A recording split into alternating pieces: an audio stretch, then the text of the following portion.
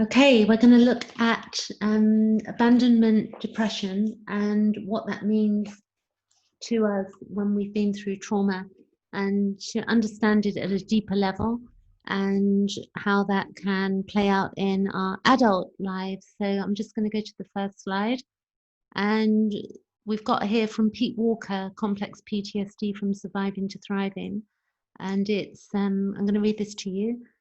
He talks about what is the abandonment depression. The abandonment depression is the complex, painful childhood experience that is reconstituted in an emotional flashback. It is a return to the sense of overwhelm, hopelessness, and helplessness that afflicts the abused or emotionally abandoned child. At the core of abandonment depression is the abandonment melange, the terrible emotional mix of fear and shame that coalesces around the death-like feelings of depression that afflict an abandoned child. Surrounding the abandonment melange of the flashback are perfectionistic and endangerment cognitions and visualizations of the toxic inner and outer critic. So he says, see my articles on the critic, which are in his book, Complex PTSD, also from Surviving to Thriving, deeper work there. And at the surface is the self-destructive enactments of the fight, flight, freeze, or fawn responses. So he says, see a trauma typology. Again, that's in the book, which I'm going to show you the book in a moment.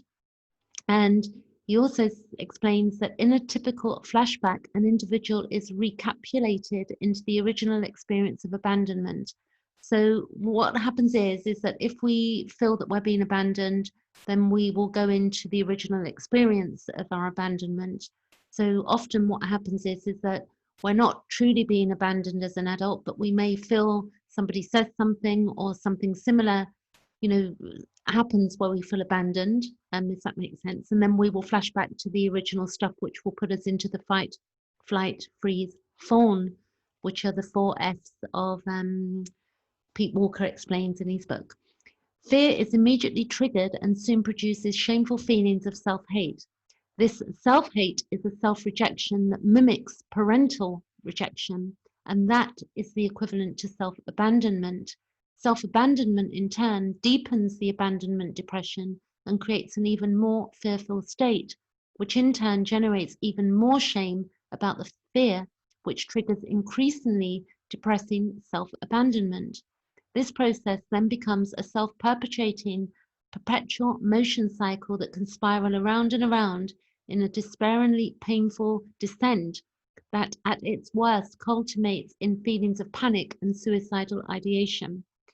During particularly extreme flashbacks, more than a few of my clients, he says, have uttered things that sound like, life is so hopelessly depressing, I might as well be dead, take me now, God, why don't you? And he says, see managing the abandonment depression for practical guidance on how to respond therapeutically to the abandonment melange. And this is Pete Walker, Complex PTSD. So I'm going to read a couple of pages from his book. And I just want to add to this that when we begin to do the deep work of looking at our complex PTSD and our early trauma, what we find is that most of us don't understand that we've got an issue of complex PTSD to begin with. PTSD is generally, and not downplaying it, but PTSD, because veterans go through this, it can be looked at as a one-off event, but generally people, veterans will go through a lot more than that. But PTSD is an event that's a one-off event that keeps replaying. But when we've been through complex PTSD, or we have complex PTSD, it's many, many events and imprints that are from early childhood, and some of them could not be remembered that easily. But it's a way that we've been treated that builds up over time, which leads us to abandoning ourselves. Because if we imagine we didn't have a parent, championing us and loving us, I mean, nobody's perfect, but abuse is abuse. At the end of the day, it can be the way a parent looks at a child, the tone of voice. It can be, not nurturing the child. And some parents clearly are not capable of that. But at the same time, we have to reclaim, our own true feelings about what happened to us. And that can be through healthy anger. It can be through looking at the inner critic work that is very essential in order to heal the early wounding that took place. Because until we get rid of that inner critic, then, or deal with that inner critic, then we're going to turn that voice in on ourselves, and it's very damaging to us. I'm going to the next slide, and let's see here. So this is the book that I would like you, if you can purchase this. This is not a book I've written. This is the book that I got in November 2017, and I began to do my inner work. I also had therapy that started in September 2018, which was trauma psychoanalysis through my doctor, which has really helped me to discover and heal a lot of my early trauma memories. And I'm in a much healthier space, and I don't go into flashbacks often now. When I do get feelings, I understand what's going on with me, and I'm able to speak to my inner child and nurture. And therefore, in the nurturing and not listening to my inner critic, I don't stay in pain for, you know, days and weeks at a time, which keeps me out of feeling depressed about who I am as a human being. Because it's very unfortunate that a lot of people that have been through abuse end up having depression as an adult because they think there's something wrong with them, when basically it's the wounding and the lack of love and care and abuse that's been handed out in childhood. So now what I'm going to do is read a couple of pages from chapter 12 of this book that you can see on the screen, and it's the map of managing the abandonment depression. So Pete Walker says that CPTSD burdens us with a hair-triggering susceptibility to painful emotional flashbacks. Flashbacks, as we have seen, are layers of defensive reactions to the abandonment depression. These reactions include physical, behavioral, cognitive, emotional, and relational responses to the re-emerging sense of danger and despair that plagued our childhood abandonment. So this is talking about that if you've had, when you're abandoned as a child, if you're abused as a child, then you are abandoned, you know, it is abandonment. So he explains here that this chapter presents a map of these layered defensive reactions to the abandonment pain. This map shows which reactions are most important to work on at any given time. It includes a strategy for reducing harmful reactions that are no longer necessary. This strategy involves self-compassionately soothing yourself when you are trapped in fear and or depression, so that you do not launch into intensified fear, toxic shame, critic attacks, or self-damaging 4F reactions, which is the fight, flight, freeze, fawn response. Now I'm going on to cycles of reactivity.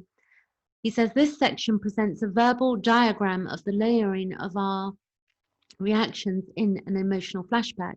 Experiences of depression and abandonment trigger us into fear and shame, which then activates panicky inner critic thinking, which in turn launches us into an adrenalized fight, flight, freeze, or fawn trauma response. This is how that reactivity takes place in a flashback. A survivor wakes up feeling depressed because childhood experiences conditioned her to believe, or him to believe, that he or she is unworthy and unacceptable in this state. She feels anxious and ashamed. This in turn activates her inner critic to scare her with the perfectionist rants. No wonder no one likes me. I've just got to get my lazy, worthless ass out of bed. I'll end up like that homeless lady in the bag in the lady in the bag, lady in the park. Get that there. So, re-traumatized by her or his inner voice, she then launches into her own habitual 4F behavior. She either lashes out domineeringly at the nearest person, which is flight, or she launches busily into anxious productivity, which is flight, or he or she flips on the TV and foggily tunes out or dozes off into freeze, or he or she self-abandonedly redirects her or his attention to figuring out how to fix a friend's problem, which is the fawn response. All this typically happens so quickly that we do not notice, and the fear and shame or inner critic. The first thing that we usually begin to notice in early recovery is that suddenly we are engaged in our most typical 4F response. As recovery progresses, we become aware of the critic. Eventually, this promotes mindfulness of the fear and shame that fuel the critic. And finally, in later recovery, we become aware of the abandonment depression itself. Unfortunately, this dynamic also commonly operates in reverse. This can occur in early recovery when you suddenly notice that you have slipped back into a dysfunctional 4F behavior, which is the fight, flight, freeze form. This then triggers you into a new self-attacking criticism, which then amps up your fear and shame. This in turn increases your abandonment depression at the process of self-abandonment, and the self-abandonment runs riot. Desperate to escape the death-like feelings of the abandonment depression, the initial cycle revs up again. Depression creates fear and shame, which fuels venomous critic attacks and launches you into fighting, fleeing, freezing, or fawning. Survivors can careen back and forth between these through these layered reactions, creating perpetual motion cycles of internal trauma. I believe that this process also accounts for the spiraling down feelings that many survivors report having during intense flashbacks. And then he goes on to explain a diagram, but I would like you to see if you can pick up a copy of this book from Amazon or whoever you buy books from, and understand that, you know, the beautiful thing is that as you begin to read this book and do this work, you'll begin to stop, you know, entertaining the inner critic. When the inner critic starts to, you know, say awful things to you, which is the, you know, it's the parent's voice, it's not your voice, or whoever cared for you, who was ever telling you that, you know, you weren't good enough and shaming you and making you carry out acts that were really below the belt and really unkind and cruel. And anything that was said to you, you'll stop saying those things to yourself. The first thing you will notice when you begin to do the inner critic work is that you will begin to see just how, you know, I don't know if the word volatile, but it's there, you know, it's a pretty consistent voice. So one of the ways that I worked with my own inner critic was I would tell it, and I'm from London, by the way, so I'd tell it to bugger off. I'd say bugger off. I'd get angry with it and tell it to bugger off. It's not my voice. I had to be very consistent with it. And as Pete Walkers says in his book, any of these techniques that we use to begin to heal will eventually, it's like building a muscle. If you pick up a weight, or if you do, you know, 15 press-ups a day, and then you do 30, and then you do 40, eventually you're going to build a strong muscle against this inner critic that's being awful to you. And then it will also help you to deal with your outer critic, because when we've got an inner critic, we can be very hypervigilant, which will give us an outer critic towards others in our lives. So, you know, this is beautiful work, and it's not easy, but I do help people. I have sessions that I'm doing on Zoom if people want help with this. I'm going to go on. You can see below in this video for those details if you want a session with me. I also do evolutionary astrology. And what I'd add, because that helps to, you know, look at our wounding as well from the aspect of looking at the symbolism of an astrology chart, evolutionary astrology, you can Google that. The other thing is that here's a list of common complex PTSD symptoms, emotional flashbacks, and again from Pete Walker. So we have a tyrannical inner and outer critic. We have toxic shame, self-abandonment, social anxiety, eject feelings of loneliness and abandonment, fragile self-esteem, attachment disorder, developmental arrests, relationship difficulties, radical mood facilitations, and disassociation, hair-triggering fight-flight response, oversensitivity to stressful situations, and suicidal ideation. And he talks about those things in detail in his book as well. The next slide, what follows is a list of the most common developmental arrests that occur in CPTSD. You may find that you experience a diminishment or absence of these key features of healthy human being. Typically survivors, I like warriors as well, warriors. Typically survivors will vary on which and how many of these arrests relate to them. Factors affecting this are your 4F type, so whether you either play out fight, flight, freeze, or fawn. Generally, we play out more than one. I will add that there is healthy fight, flight, freeze, fawn. If you think of an animal in the wild, it will fight or flight or freeze or fawn depending on what it's faced with in order to, you know, keep its life safe. And, you know, we're no different in our emotional protection. So what the the four F's are is basically how we're naturally trying to protect ourselves. So he says the 4F type, your childhood abuse, neglect pattern, your innate nature, and any recovery work that you have already accomplished.